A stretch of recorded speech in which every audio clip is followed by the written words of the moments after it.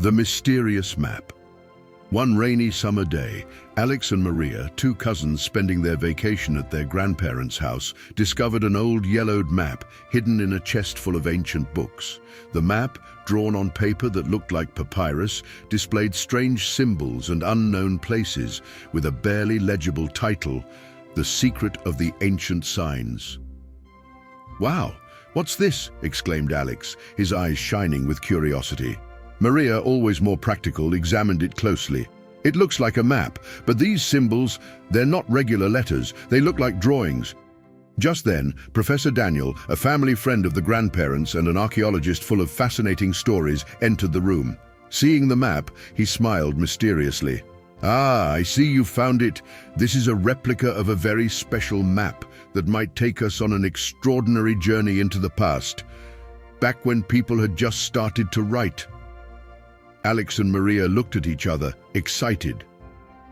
"Do you want to discover the secret of the ancient signs?" asked the professor, a spark in his eyes.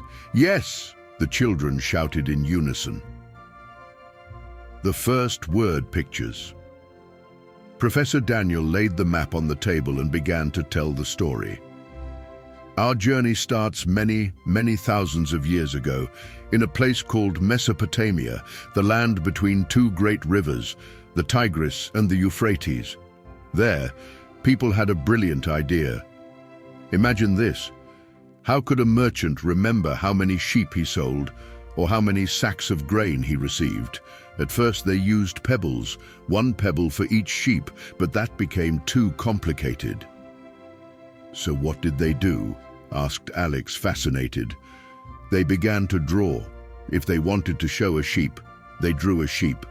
If they wanted to show grain, they drew a grain stalk. These were called pictograms, little pictures representing an object. On our map, see this symbol? It's a stylized sheep. That means sheep." Maria studied the map. But what if they wanted to say many sheep or a sheep ran away? Drawings couldn't express that. Exactly. Great question, Maria. So slowly, people began using the pictures not just for objects, but for ideas. For example, a drawing of a foot could mean to walk, to stand, or even to bring. These were ideograms. Then came another big discovery. A drawing could represent a sound. For instance, a picture of a bee and a leaf combined could give the sound bee leaf, which sounds like belief. "That's like a rebus," Alex exclaimed, enlightened. Exactly. That was a giant step. On our map, the oldest path leads to a place where simple pictograms were used on clay tablets. There were no schools like today, but there were scribes, very important people who knew how to draw these signs. Cuneiforms and clay tablets. The professor moved his finger across the map. The path next to the pictograms leads us to another form of writing, also in Mesopotamia. People wrote on soft clay tablets using a sharpened reed. It was easier to make wedge or nail-shaped marks than to draw complicated images. That's why their writing was called cuneiform, from the Latin word cuneus, meaning wedge. "And what did they write?" Alex asked. "Everything. Shopping lists, laws, stories about kings, even schoolwork." Mesopotamian scribes were very important. They were like mobile computers, keeping all the essential information for the city. Without them, trade, law, and administration wouldn't have worked.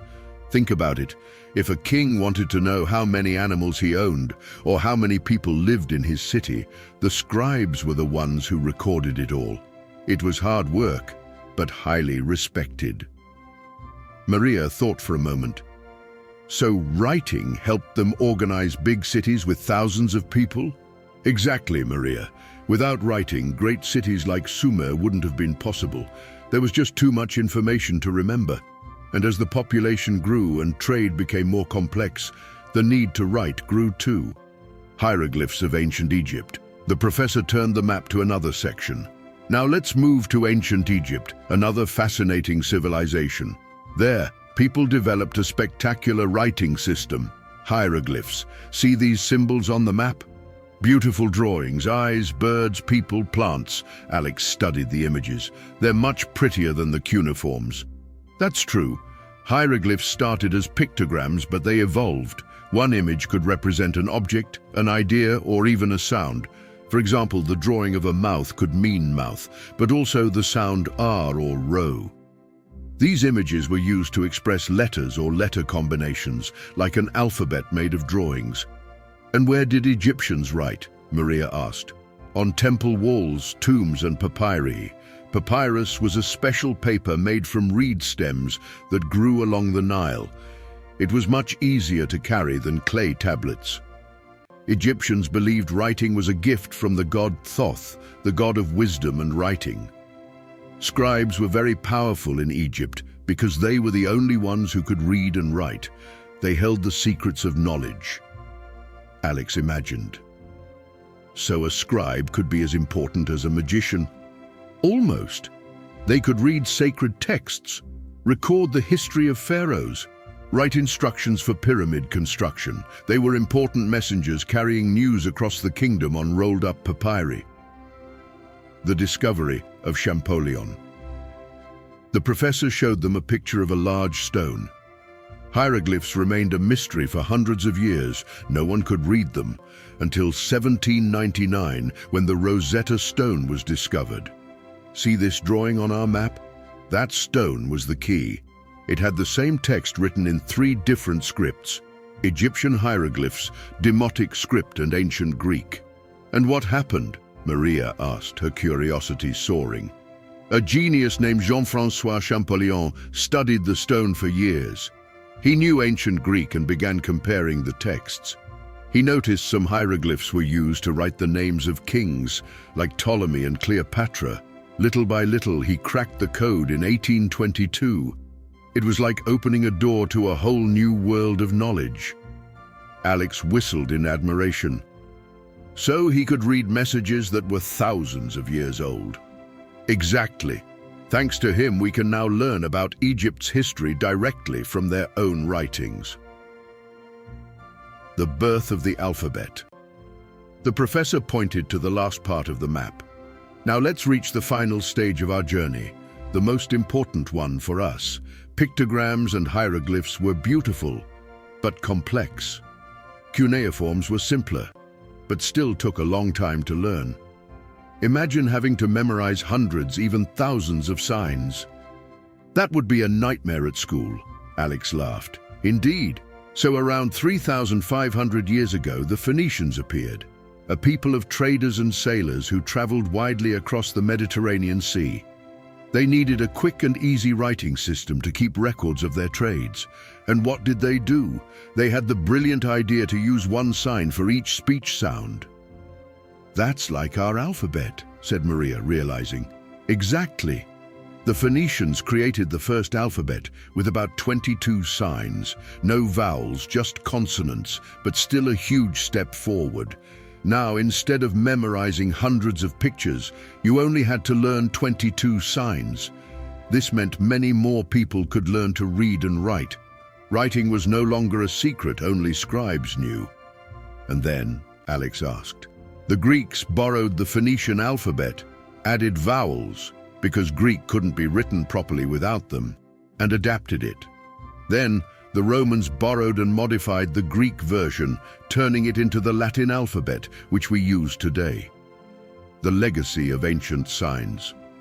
Professor Daniel folded the map carefully. You see, my dear ones, from simple drawings on clay to complex signs on papyrus, and finally to the simple letters of our alphabet, writing has come a long way. Each step was an incredible innovation that changed the world.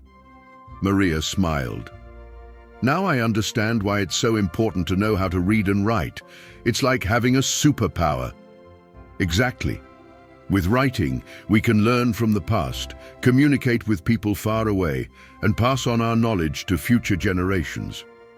Think about all the books you read, all the messages you send, all the information on the internet. None of it would exist without those first signs drawn in clay thousands of years ago. Alex stood up, full of energy. I think from now on, I'll appreciate every letter I write a lot more. That's the spirit, said Professor Daniel, satisfied. Writing is one of the greatest inventions of humanity, a bridge through time and space.